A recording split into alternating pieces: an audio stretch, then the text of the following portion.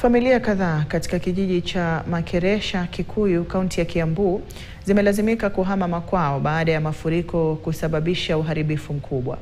Makazi yao yamefurika maji na kuwalazimu kutafuta hifadhi maeneo mengine. Mifugo kadhaa wakiwemo mbuzi, kondoo na kuku wameaga dunia, huku wengine wakilazimika kuhamishwa baada ya kuzama kwenye maji. Wale waliobaki wamepelekwa kwenye maeneo salama mbali na makazi yao ya awali ambayo sasa yamejaa maji. Wakazi wanalalamikia kuziba kwa mitaro ya maji, wakisema kuwa taka zimekuwa chanzo kikuu cha mafuriko haya. Wanatoa wito kwa serikali kusaidia kusafisha mitaro na pia kuwapa misaada ya dharura.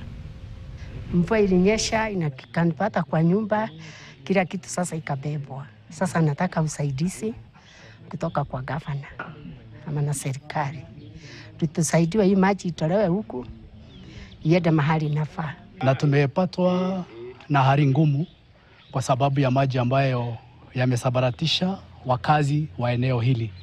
Haya maji yanaletwa kwa sababu ya manyumba ambao zinajengwa na huku tuko nyanda za chini. Na pia wakati approval zinafanywa, wakwe wanatuma watu wao NEMA na other affiliate bodies ndio tuweze wawe wakiangalia kwenye maji inaelekea, ndio tusiwe na mkaza kama huu wakati mwingine pahali pengine. Na familia kama 20 kwa sababu kuna boma 3 na nyumba za kukondisha ambapo watu wamepata flooding, na tumekuja hapa tukapata ya kwamba njia ya maji yenye inatoka pale Boma Homes na Silverstar Company, maji inakuja inafurika na inaingia kwa maboma za watu. Tukapata njia imefungika, na kwa hivyo siku ya leo tulikuwa tunajaribu kufungua ili maji iende pale Udire Swamp, kwa sababu hiyo ndio mahali ambapo inafaa kwenda.